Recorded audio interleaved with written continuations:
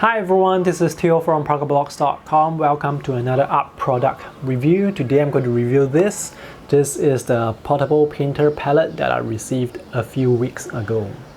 This is the portable painter. I have two with me. They were sent to me by Steve Padden. Steve Padden is the creator of this palette. Now this was originally launched on the Indiegogo crowdfunding website. He managed to get enough money to make the first batch of palettes, and now that it's successful, he's going to make more of them to sell. So in today's review, I'm going to show you the palette and talk about the features. So this is the packaging. Let's open this. I've already used this for a few weeks, so let me show you a new one just to show you how it looks like when it's brand new.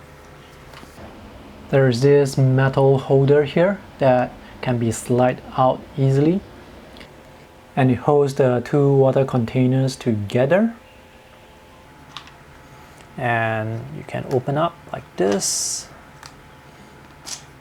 and inside there are 12 half pans. It comes with a collapsible brush.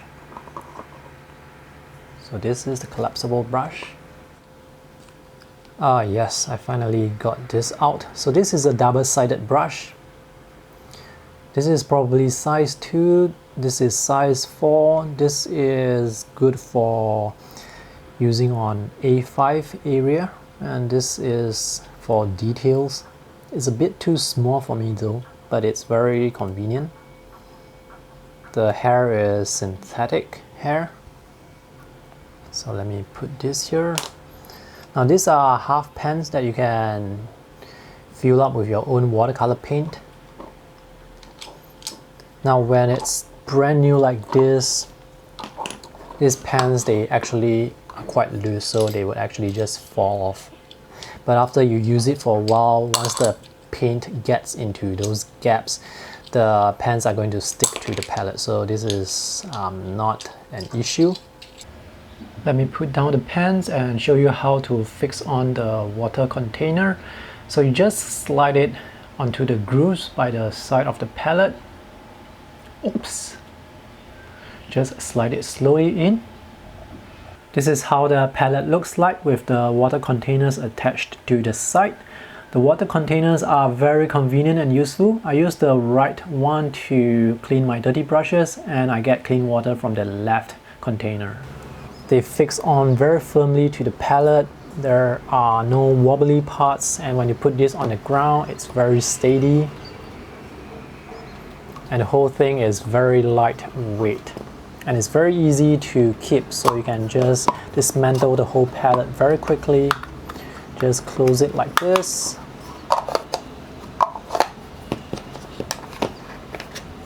And there, it's assembled. Let me show you the one that I've been using. I've been using this for a few weeks and it works very well.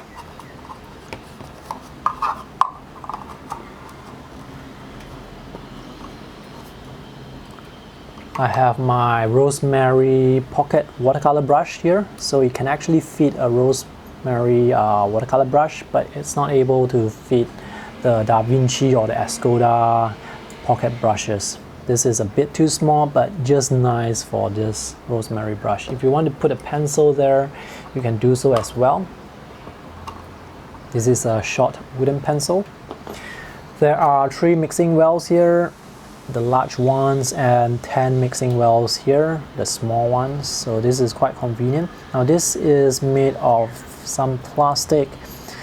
My palette is already stained, and some of these colors, they are very difficult to wash off.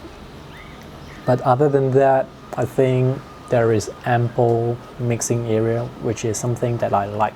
Let me compare this to the Winsor & Newton Codman box that I have from a long time ago. There are only 3 mixing wells, so here there are a lot more mixing wells, so that's very convenient. Both are very lightweight. So I have filled up all the pans with my own colors. It's a mixture of Daniel Smith colors and Winsor & Newton colors. Now, one thing to note about the half pan is The size of the half pan is not standard, so the ones that came with the palette, they are a bit smaller compared to the ones that I bought online. So let me show you. On the left is the pan that's included with the palette. On the right is a pan that I bought online. There are some slight differences. The one on the right is slightly thicker and slightly taller, so overall it's slightly bigger. It does make a difference when you put it back into the palette.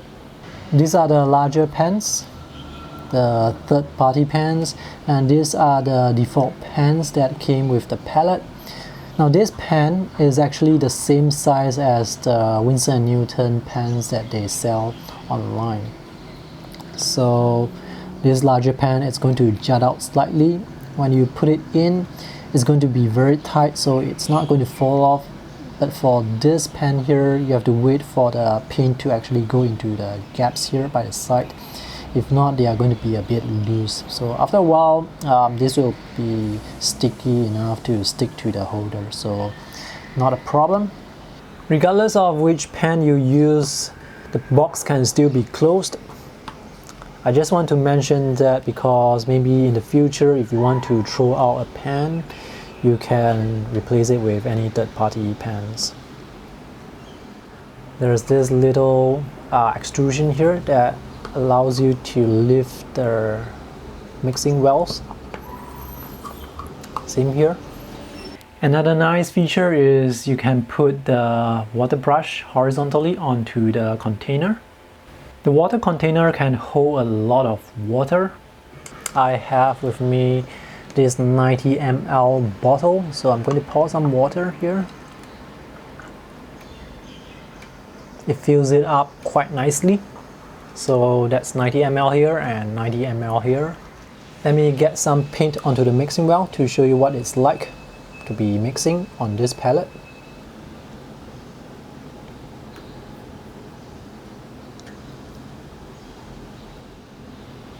So that's New Gumbosh, and this is Quinacridone Red. I like that the water, the mixture, it stays almost together. With some other palettes, you get things like this. You get a lot of little bits of water all around, but this is able to get all the water together, so that's great. Overall, I think this is a fantastic palette for watercolor users. The design is very smart. This is very functional. In particular, I love the water containers by the side. Now I don't have to bring out separate bottles like this just to wash my brushes. And everything can be assembled back into this neat package like this. So this is very convenient, very compact. I guess the only downside or complaint that I have would be this clip here. There's no place to store it after you have set up the palette. I will actually just put this in my pocket, but be careful not to lose this because I don't know how you would keep this palette together if you do not have this metal holder. I like that you can put a brush here. I always put my brush on the palette like this. Sometimes it will just roll off, but now this is able to hold this brush. I like to put my palette on the ground, so this raises the palette and I have better access to the paints while I'm sitting on my portable stool. If you want to, you can actually put this on your tie as well. You can put this on your tie like this, but it's not very tight, at least for me, so it shakes around a bit, so I have to be a bit careful for it not to basically just topple over. So that's all for my review today. If you have any questions, let me know in the comment section. If you want to get a palette like this, check out the link in the video description. I'm not too sure of the exact price, so you can find it out on the Portable Painter Palette website.